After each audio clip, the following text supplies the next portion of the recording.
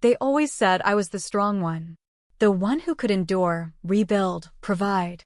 But strength, I've learned, can be a prison when it becomes the only thing people see in you. My name is Jennifer Wilson. I'm 32 years old, founder of WebFear Solutions, a company I built from nothing. No seed funding, no Ivy League network, no silent partners whispering strategy in my ear. Just grit, spreadsheets, and the hunger to give my family everything I thought they deserved. WebFear started in the corner of a shared apartment in Columbus, Ohio. I was 23, juggling 2 part-time jobs, living off cheap noodles and borrowed textbooks, building code late into the night while others chased parties and comfort. I didn't complain. My family had struggled for as long as I could remember, my father clocking overtime at the local factory, my mother juggling part-time jobs while managing my younger sister Charlotte's endless medical appointments. I knew what sacrifice looked like. I believed mine would be different. I believed mine would be honored. From the moment I cashed my first check from a real client, I began investing, not just in the company, but in my family. A new HVAC unit when winter threatened their health. Tuition for Charlotte's failed attempts at college. Grocery bills, mortgage payments, medical copays. I never asked for thanks. Just love. Just recognition. Just a place to belong. Then came last Sunday. The roast had just been served, the dining room lit with soft candlelight, and the pride of a woman who'd done everything to bring her family comfort. We were celebrating Charlotte's 29th birthday. Her laughter rang loud, her wine glass always half full. I had just placed a hand on my father's shoulder, an affectionate gesture I still offered despite the growing distance, when he turned to me with that smirk. That awful, familiar smirk. "We've given your shares to your sister," he said, like announcing the weather. I thought I'd misheard. "My what?" "Your shares," he repeated. "Charlotte needs them more than you do." I looked to my mother for clarification, for contradiction, but she only nodded in solemn agreement, eyes already fixed on her plate. "You can always earn more," my father added, slicing his steak with surgical calm. "She can't." I remember the clink of silverware. The way Charlotte avoided my gaze, twirling her wineglass like a child caught in a lie too big to contain. I didn't scream. I didn't cry. I simply stood, excused myself from the table, and left the house I'd helped pay for. That night, I withdrew all my investments. Every penny, every promise, every piece of myself I'd poured into that business and that family. But this story doesn't begin with betrayal. It begins much earlier, in a house where I learned to silence my own needs, in a family where love was measured not by presence, but by utility, where I was the fixer, the provider, the quiet one who never asked for much, and so never received more than the bare minimum in return. This is not just a story about revenge, though there will be justice. It's about liberation. It's about the reckoning that comes when a woman no longer folds herself into the empty spaces others leave behind. It's about finding your voice in the echo of everyone else's expectations. So sit with me a while. Let me take you back to where it all began, to the little house on Sycamore Lane, where I first learned that being needed isn't the same as being loved. The house on Sycamore Lane had peeling paint and a front porch that sagged like an old woman's shoulders, tired but still standing. I was 8 the first time I understood that being the oldest meant putting everyone else first. It was a Tuesday, I remember. My little sister Charlotte had just been diagnosed with asthma. She was 6, pale and delicate, always wheezing and curling herself into our mother's lap like a kitten in need of constant rescue. That night, we were supposed to go to the school play. I had been chosen to recite a poem, nothing grand, just 4 stanzas about fall leaves. I'd practiced for days in front of the mirror, using a hairbrush as a microphone. But Charlotte had a flare-up. The wheezing started just as I slipped on my new shoes, second-hand, but polished to shine. My mother's voice was sharp as she called my name. "Jenny, we're not going. Take off your shoes and help me with the nebulizer." No one asked how I felt. No one offered to watch just the recording. It was simply assumed I'd understand. And I did. That night, I sat by Charlotte's side, holding the mask to her small face, watching my reflection blur in the aluminum side of the machine. The poem faded. The applause never came. But my parents patted my head, called me their little helper, and the hollowness inside me began to grow not as anger, but as understanding. This would be my role. By high school, I had mastered invisibility. My parents praised Charlotte's every step. "She's brave," they said. "She's been through so much." They didn't see the girl folding laundry after school, working weekends at the library, saving pennies for college applications because we just can't afford extras right now. Charlotte failed her sophomore math class. She got a tutor. I brought home a 4.0 GPA and was told, well, of course she did. Jenny always manages. My anger had no place to go. So I turned it into ambition. At 14, I ran the most successful lemonade stand on the block, tracking profits and inventory like a Wall Street analyst. At 16, I started fixing neighbors' computers after Mr. Peterson down the street showed me a few tricks. I charged $15 a session. I could have asked for more, but I didn't want to seem greedy. That word, greedy, hung around my name like perfume someone else sprayed. Charlotte always needed. I always earned.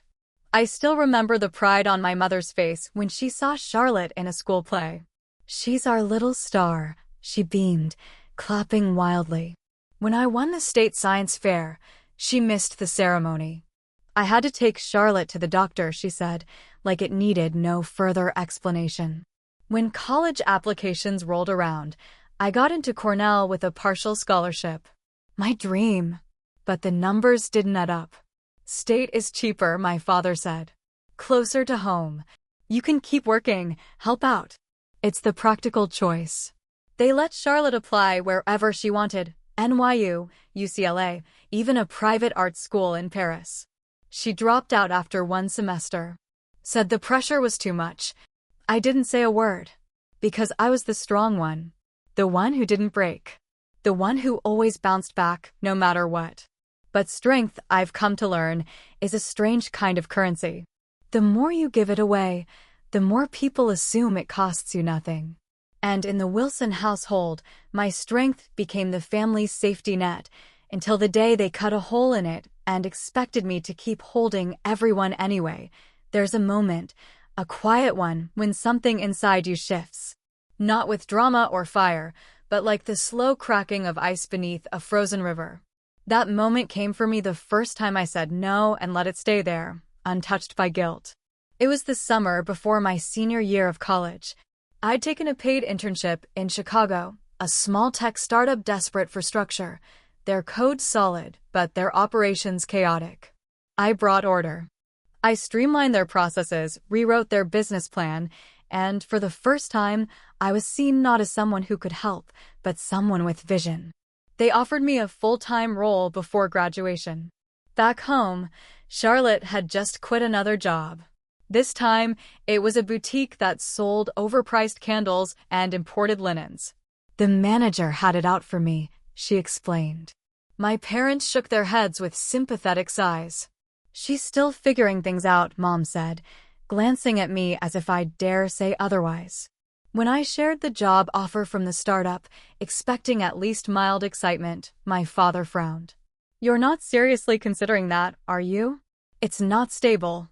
You should stay closer to home, help Charlotte find her path." "She's 26, I said, voice tighter than intended. "And you're her sister," Mom said. "She's sensitive, Jen. She needs us." I remember staring down at the contract in my hands.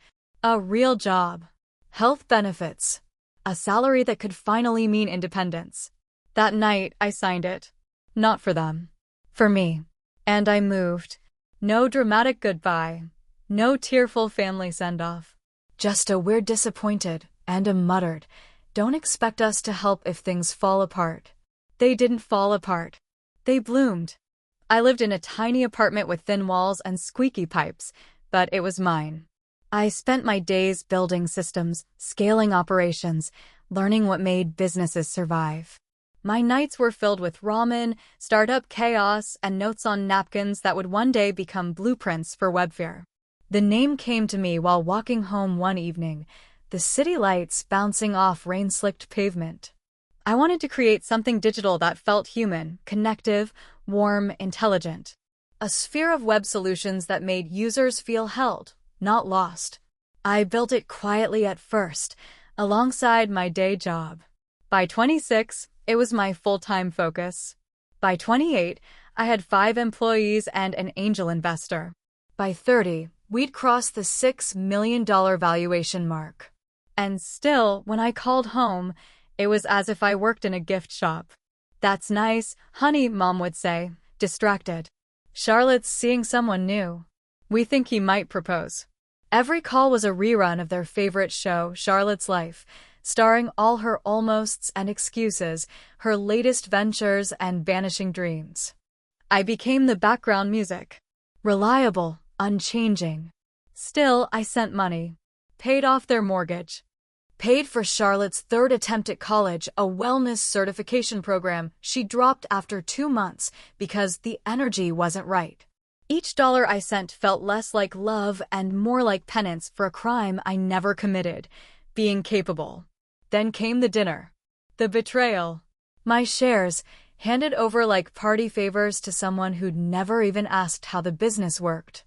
That night, as I sat in my apartment surrounded by silence, I realized the truth. They weren't just ungrateful. They had never truly believed I mattered in the way that counts, not for what I gave, but for who I am. So I did what they never expected.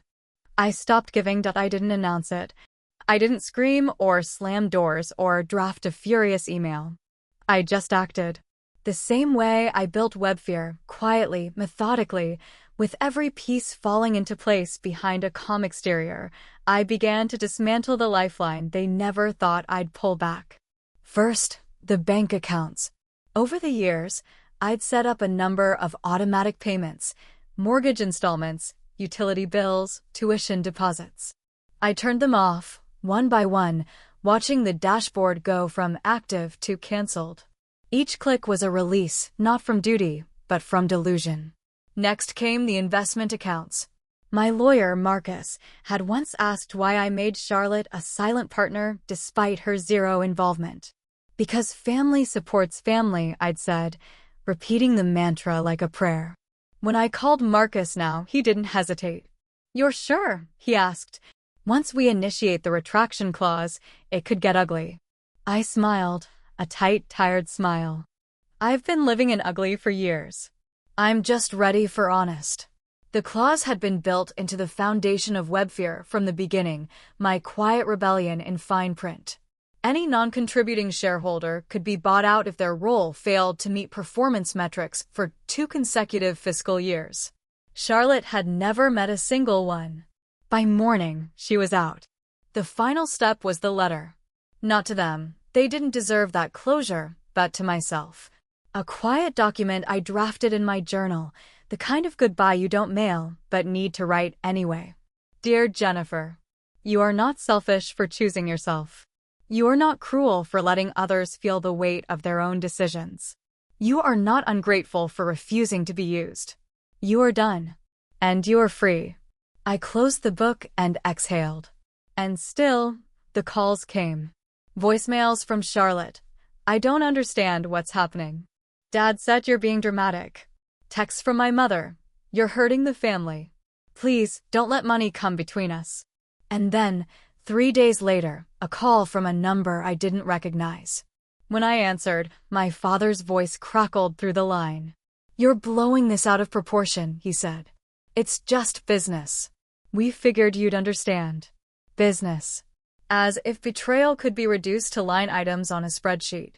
"I do understand," I said. "I understand perfectly." Click. That was the last time I spoke to him. In the days that followed, something strange happened. I began to feel lighter, not euphoric, not immediately healed, but unburdened. Like taking off a coat you didn't realize had grown so heavy over time. I began to dream again, not in fantasies of revenge or dramatic confrontations, but in possibilities. expansion, innovation, peace. And yet, I knew the storm hadn't passed. My family, accustomed to me absorbing every blow with a smile, wouldn't let go without a spectacle. They'd spin their version of the story, draped in self-pity and justifications. But this time, I had the narrative. And I wasn't afraid to tell it. Because sometimes, the only way to rewrite your story is to stop letting others hold the pen. The silence after cutting ties is never just silence. It echoes. It tests you. It waits to see if you'll crawl back.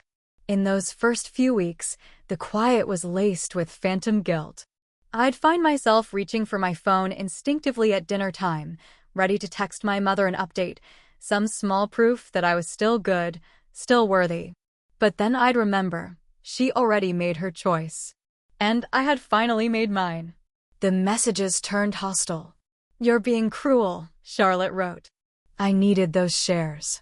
"I thought you loved me." The audacity stunned me. As if love was measured by how much of myself I was willing to surrender. As if loyalty meant enabling. I didn't reply. Instead, I channeled the chaos into creation. Webfear flourished like a wildfire finally given oxygen. Freed from the drag of family entanglements, I poured my energy into innovation. We launched a new interface that quarter, intuitive, secure, sleek. Clients noticed. Investors called. Our valuation climbed. I moved into a new apartment, high above the noise of the city, walls lined with glass and possibility. The kind of place I used to imagine for Charlotte. For my parents. Back when I still believed success was a gift to be shared. Now I saw it for what it was, a fortress. Not to keep love out, but to protect the version of myself I was finally meeting. A version who didn't flinch at confrontation. Who didn't apologize for her strength.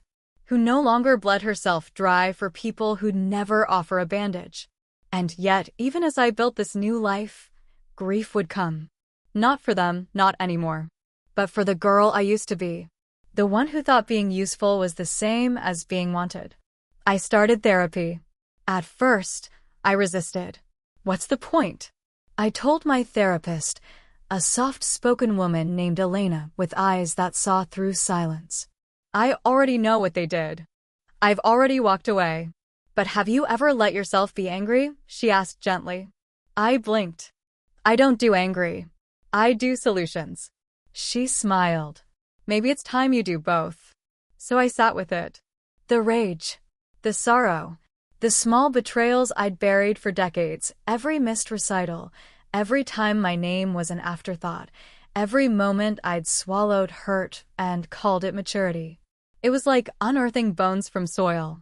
Not to decorate my pain, but to understand its architecture. And in that understanding, I began to forgive myself for staying too long, for giving too much, for thinking their love had to be earned. Then came the email. Subject: Urgent family matter. From Charlotte. I hovered for a moment, then opened it. Dad's in the hospital.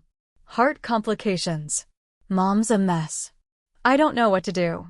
Please come. We need you. Need. That word again. I stared at the screen. Not a single apology. Not a trace of remorse for what they'd taken, what they'd said. Just need. But I didn't close the laptop. I didn't block the address. Because power, I'd come to learn, wasn't just walking away. Sometimes it was choosing how and if you returned. The hospital smelled like antiseptic and unspoken truths. I hadn't planned to go, I truly hadn't. But something about the tone in Charlotte's email, the way it teetered between desperation and expectation, made me pause. Not out of duty. Out of curiosity. What does a family do when the woman they've always leaned on decides to stand tall for herself? I stepped through those sliding glass doors without telling anyone I was coming. No dramatic entrance, no announcement. Just me in quiet clothes and a steady heartbeat, moving toward the room where the man who'd once told me I could always earn more now lay hooked to a machine, struggling to breathe. My mother was there, her back rigid in the corner chair, clasping a rosary I didn't know she still owned. Charlotte sat at the bedside, mascara smudged and shoulders shaking. When she looked up and saw me, her face folded into something between relief and fear. "You came," she whispered. I did. I looked at my father. Tubes snaked from his arms, and for a moment, I saw the man who'd once lifted me onto his shoulders at a fair, pointing at stars I was too young to understand. But that memory, sweet as it was, didn't soften the truth. I stood at the foot of his bed, not as a daughter desperate for connection, but as a woman reclaimed. "Is he conscious?" I asked quietly. Charlotte shook her head. "They sedated him after the second episode. He asked for you earlier. He kept saying your name." I didn't respond. I couldn't. Because part of me wondered if it was true or just another script, another performance to rope me back in. My mother spoke next, voice brittle. "Jennifer, we need to talk. About the shares, about the business. We made a mistake." "Your father." I raised a hand. Not in anger, but in calm. "I'm not here for that," I said. "I'm not here to clean up another mess." Charlotte looked like she might cry again. "Then why are you here?" "To witness," I replied. "To see the end of something. And to make sure I don't carry it with me into what comes next." I stayed for 20 minutes. No more. I watched my father sleep. I watched my mother pretend not to unravel. And I watched Charlotte fold into herself, not because she was weak, but because she had never learned how to be strong without someone else holding the net. When I left the room, I didn't say goodbye. I just walked. Down sterile hallways, past rooms filled with strangers, out into air that felt like possibility. Cold. Clean. Honest. That night, I didn't cry. I opened my laptop, logged into the WebFear dashboard, and made a final change. Under Board of Advisors, I added one new name, Jennifer Wilson, founder and CEO, Uncompromised. Because from now on, I would not be the foundation others walked on. I would be the force they learned to reckon with.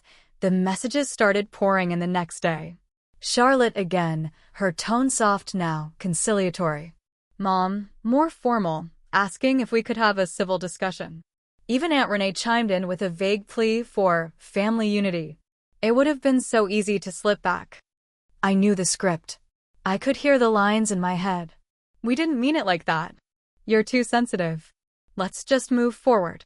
But the thing about gaslight is, once you recognize its flicker, you never forget the burn. I didn't answer right away. Instead, I poured myself a cup of coffee, wrapped in the quiet of my own apartment, and watched the morning light stretch across my hardwood floor. Peace isn't loud. It doesn't demand your attention. It just settles in and dares you to notice it. Later that week, I sat with my therapist again. "They want to talk," I said. "And do you want to listen?" Elena asked, her tone as neutral as ever. I considered the question. "I want to be heard, but not at the cost of myself." She nodded. "Then you don't owe them a platform. You can choose terms. You can draw lines." So I did. I drafted an email. Not an olive branch, but a boundary. To all concerned. I understand that recent events have caused discomfort and confusion. I acknowledge that family ties can be complicated, especially when layered with history and unspoken expectations.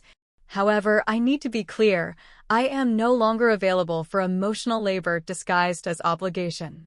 I will not revisit decisions already made. I will not re-enter dynamics that consistently ask me to diminish myself.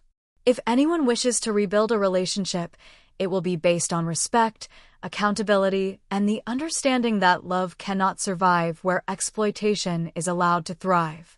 Sincerely, Jennifer. I pressed send. And the silence that followed? It wasn't empty. It was sacred. For the first time in my life, I wasn't waiting for a reply. I wasn't checking for validation. I had given myself what I'd waited decades to receive, permission to matter, even if no one else agreed. Meanwhile, WebFear continued to grow. We hired 5 new team members that quarter, expanded into European markets, and landed our largest contract to date. One of our clients, a startup founder with eyes like storm clouds, pulled me aside after a meeting. How did you do it? He asked. Build something this solid? I didn't speak for a moment. Then I said, by refusing to be the weakest part of the structure. Even when they tried to make me the floor. He didn't get it, not fully. But that was okay. Because I wasn't telling the story for him. I was telling it for me. And for every woman who's ever been told she's strong enough to carry it all, and finally decides she doesn't have to. Months passed. The cold of winter gave way to early blossoms, and with them a new rhythm, one that didn't include family demands disguised as tradition. For the first time in my adult life, my calendar was filled only with the people who saw me. Not what I could do. Not what I could give. Just me. There's a peculiar joy in small things when you're no longer bracing for the next emotional ambush. Morning walks with my coffee, emails that didn't begin with "we need a favor," and weekends that belong to no one but me. But healing isn't linear. It curls back sometimes. I'd walk past a bakery and remember how Mom used to make lemon bread on Sundays. Or hear a laugh in the office that echoed Charlotte's. For a moment, nostalgia would tighten around my chest like an old sweater, comforting in theory, but too small to wear anymore. One afternoon, I returned from a meeting to find a bouquet on my desk. White lilies and eucalyptus. No card. My assistant said a courier dropped them off, no name given.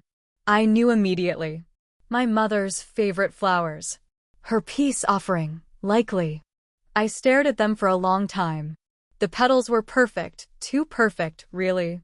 Arranged with precision, scentless, almost sterile.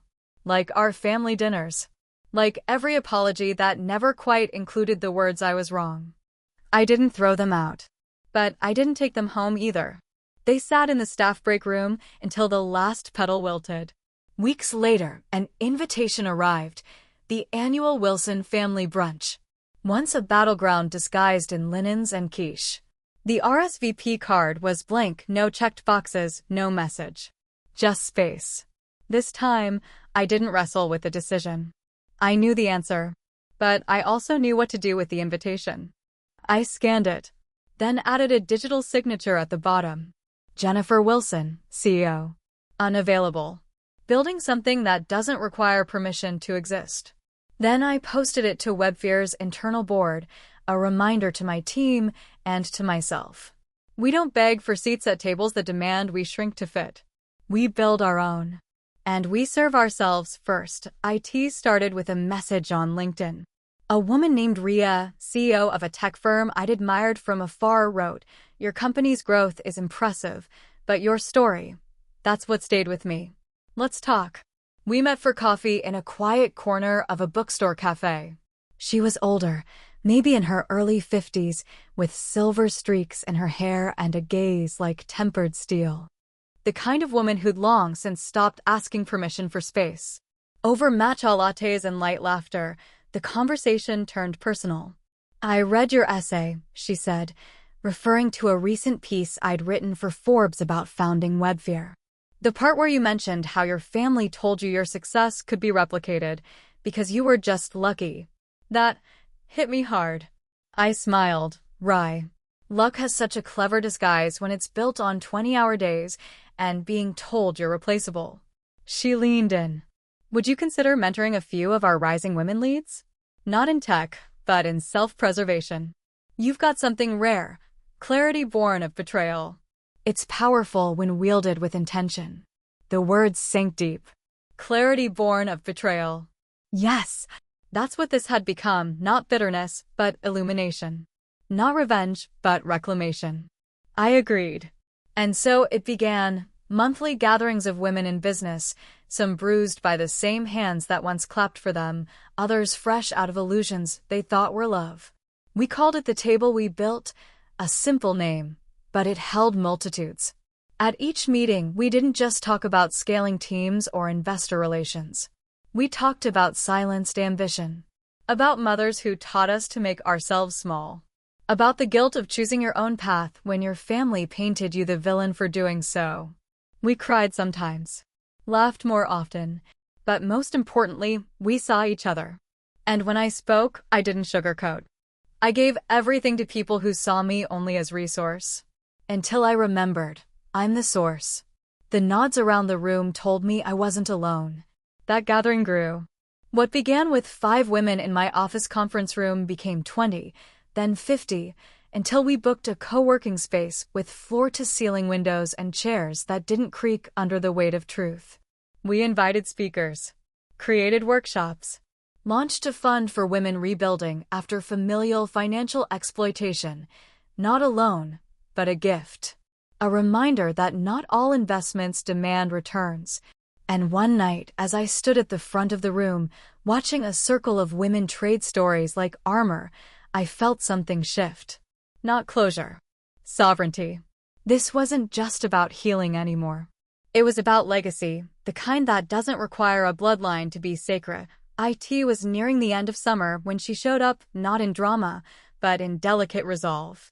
Charlotte. The last time I had seen her in person, our father was in the hospital and our relationship lay in a coma of its own. Since then, there had been no calls, no emails. Just occasional silence padded with the weight of unspoken things. She arrived at one of the table meetings uninvited.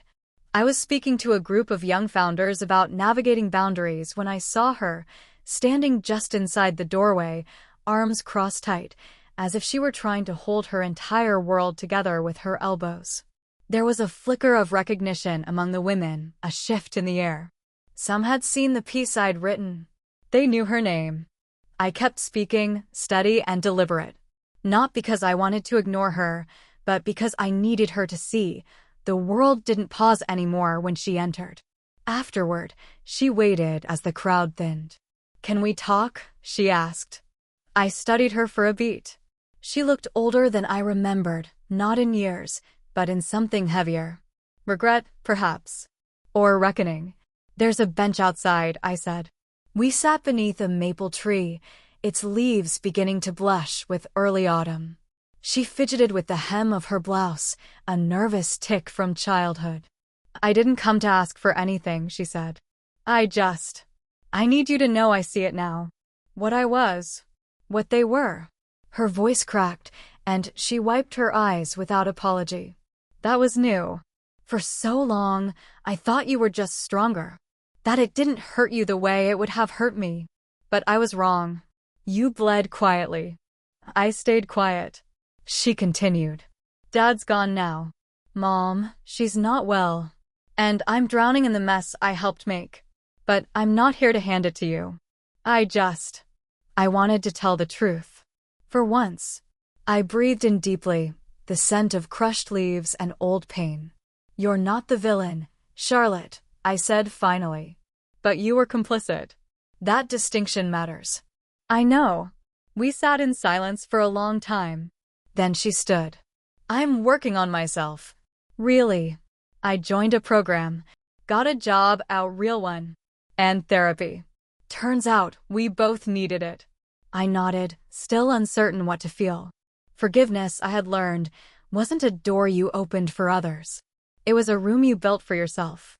Whether she ever walked in was no longer up to me. She turned to go, then paused. "You built something amazing," she said. "Not just the company. All of it. You turned the ashes into architecture." And with that, she left.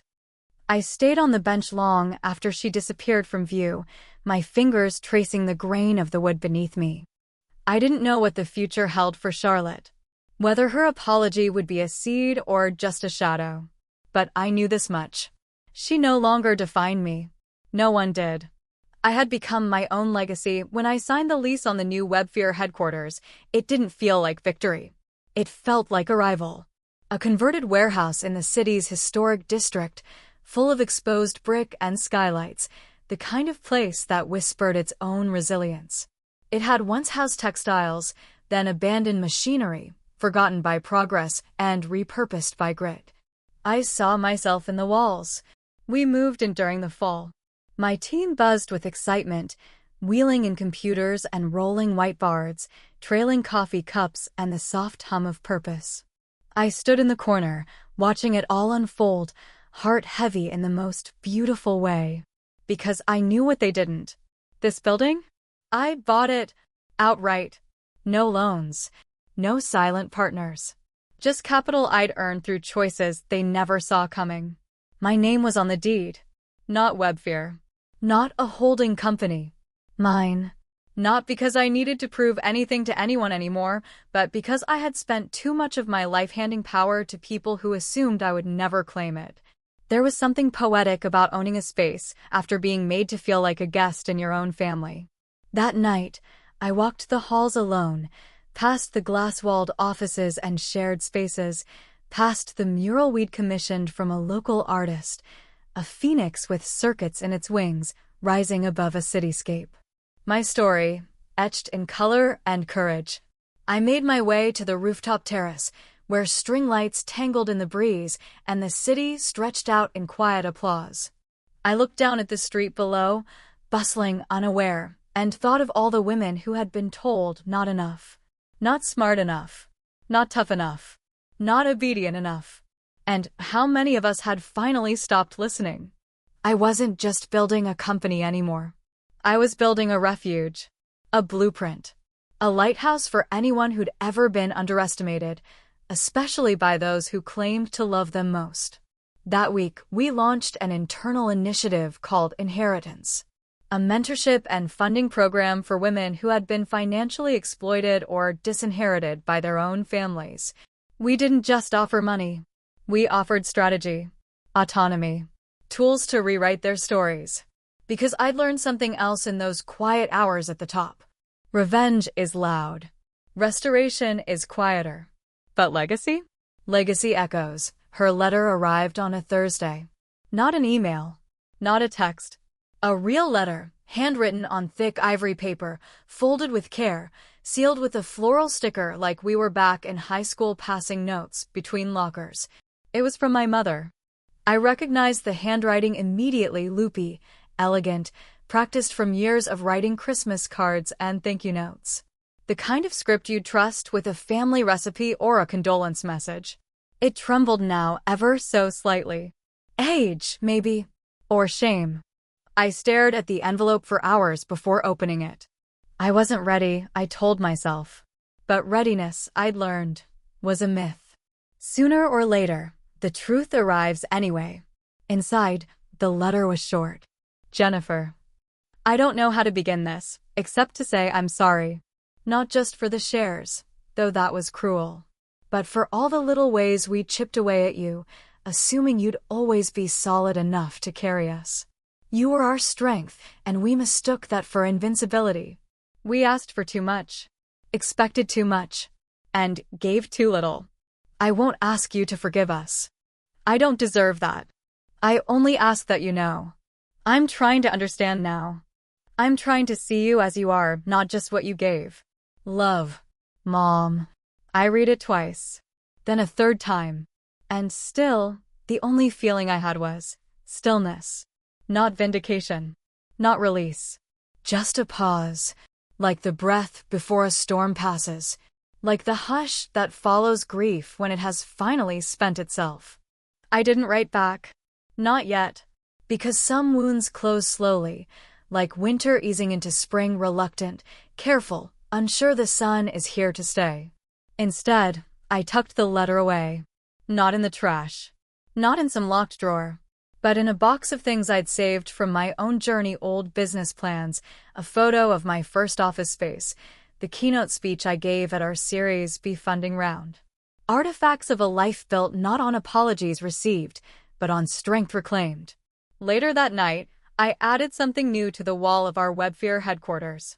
A small, simple plaque outside the main conference room. It read, "Built by hands that were once underestimated. Owned by the woman they belong to. Welcoming all who choose their own worth. Because every empire begins with one act of courage. And mine had been this. I stopped asking to be chosen. And chose myself instead.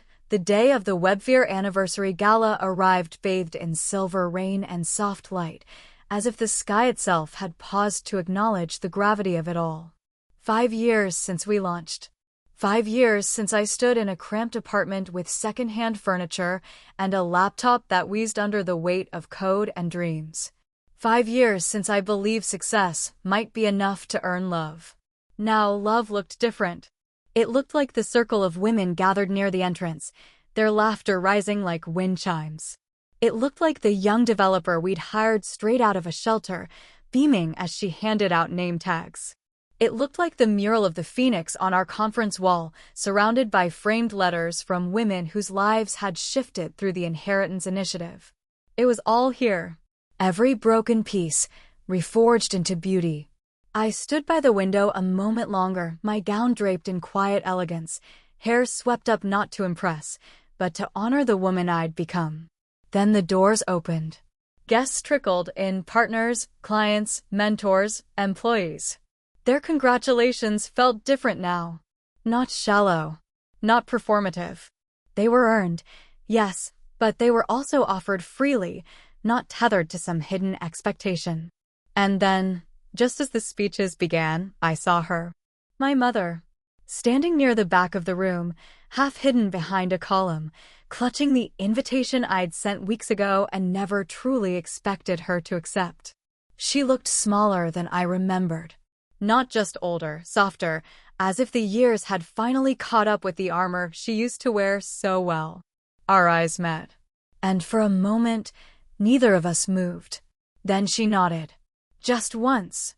I didn't walk over. I didn't cry. I simply held her gaze long enough to say the things words couldn't. I see you. I survived you. And somehow, I still left the door open. I turned back to the stage. When it was my turn to speak, the room hushed. I didn't use a script. I didn't need one. The words were already written in the marrow of my bones.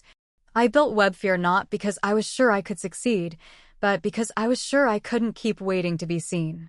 A pause. And tonight, as I look around this room, I see something far more powerful than validation. I see witness. To each other. To ourselves. To the women we became when no one else showed up. The applause didn't thunder. It rose slowly, steadily, like a tide. Not for me alone, but for the story we all knew by heart.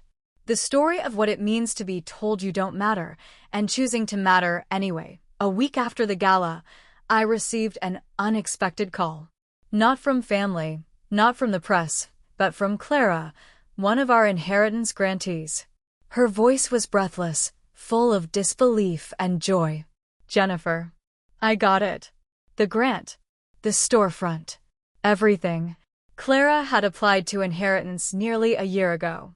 A single mother, disowned by her family after refusing to sign away her grandmother's estate to an older brother, better equipped to manage it, their words, not hers. She had a dream of starting a community arts co-op, a place where low-income families could create, learn, and heal. She had talent. She had vision. She just needed someone to believe in her. We had. And now she was calling to tell me it had worked. I know, I already said thank you, she said, her voice cracking. But what I meant to say is, you changed my daughter's life too. She thinks I'm a superhero. That night, I sat on my balcony, wrapped in a blanket, watching the city lights blur into stars. It wasn't the money. It was the echo. The ripple of one woman reclaiming her story and tossing it into the world like a stone, never quite knowing how far it would travel. I thought about legacy then, not the kind etched on tombstones or stitched into trust funds, but the kind that lives in voices. In decisions. In the gentle way one life can turn another toward hope. And I realized something. My family, for all their failings, had taught me an important truth. Inheritance is not just what you receive. It's what you choose to pass on. I'd been given silence, expectation, and conditional affection. But I had broken that pattern. I had built something from the ashes. Now, I passed on possibility. Later that week, I revised my own will. Yes, the business holdings were structured. Yes, the legal details were airtight.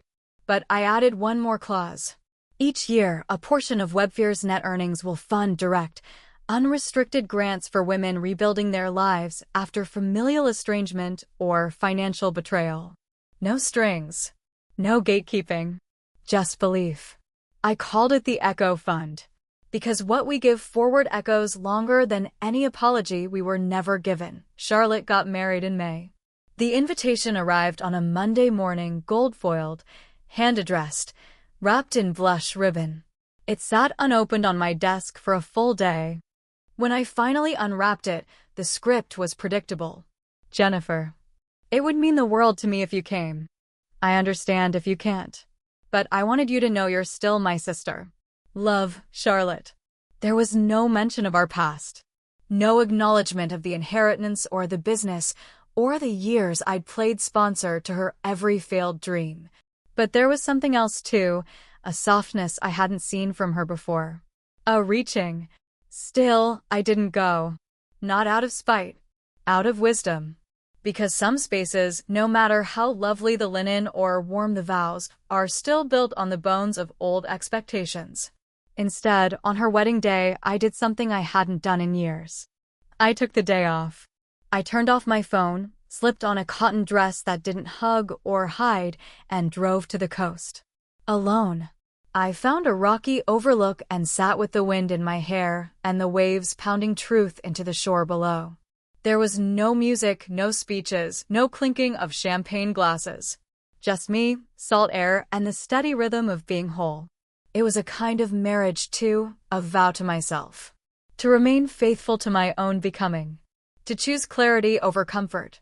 To honor the woman I'd built from broken beginnings. I watched the sun dip into the ocean and whispered 3 words I never thought I'd say without bitterness. I release you. Not to Charlotte. To the girl I'd been, always hoping for a spotlight, always offering more than she could afford to lose. That night, I returned home to a small envelope slid under my door.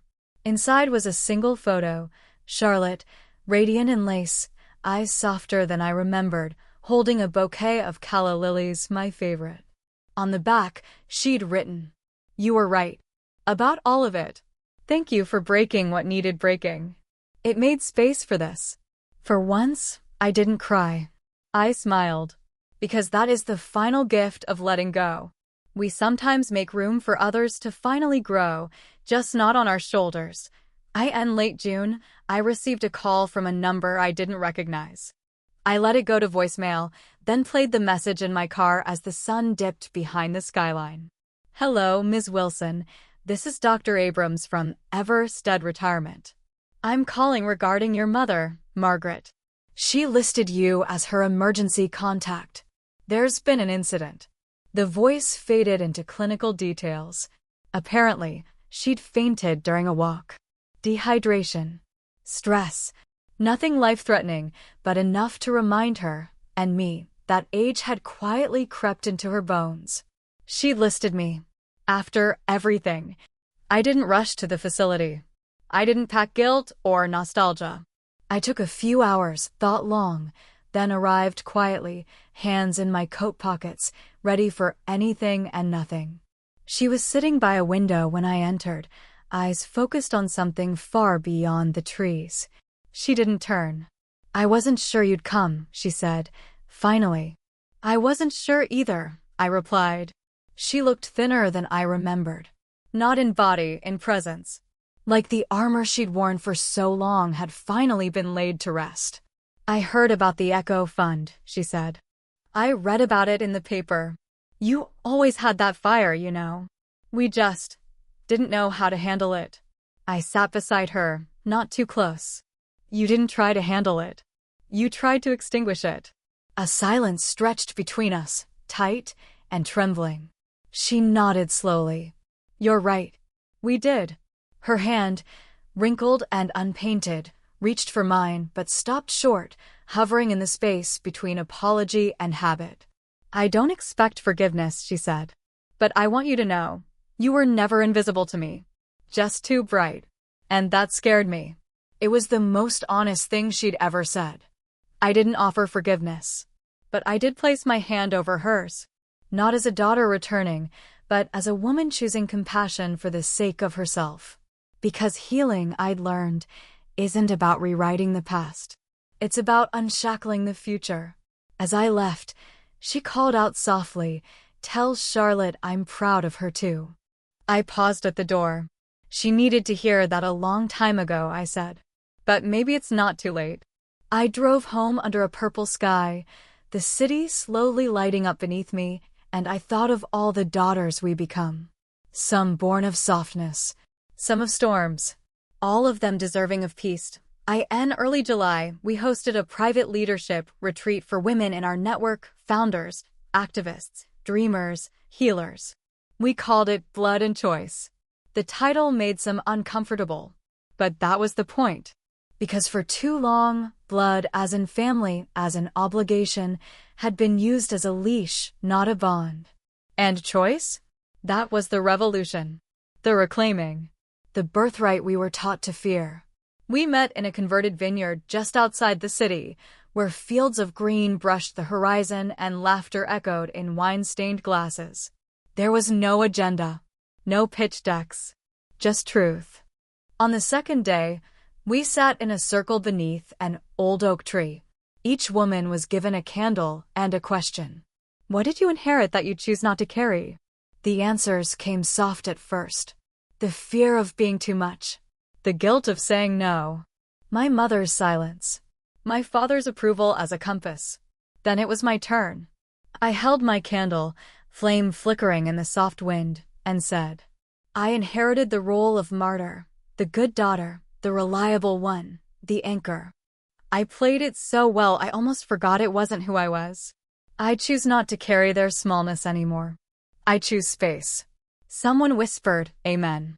We passed the flame from hand to hand, watching it grow in power, not size. And that night, around the fire pit, we didn't talk about pain.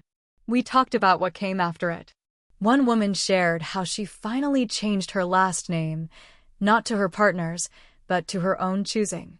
Another spoke of legally adopting the child her estranged sister had abandoned, not out of duty, but love. It was there I realized something vital. Family isn't who claims you. It's who honors you. Blood may speak, but choice sings. When the retreat ended, we didn't say goodbye. We said, go build your altar. Light your own name.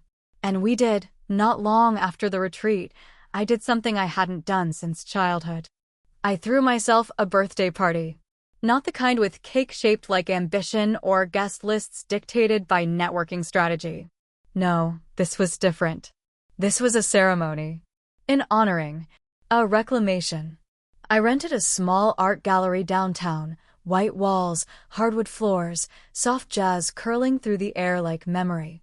The space was filled with candles, photographs from my journey, and one long table set for 13, one seat for every year I had spent giving away pieces of myself to people who never asked how I felt about the loss.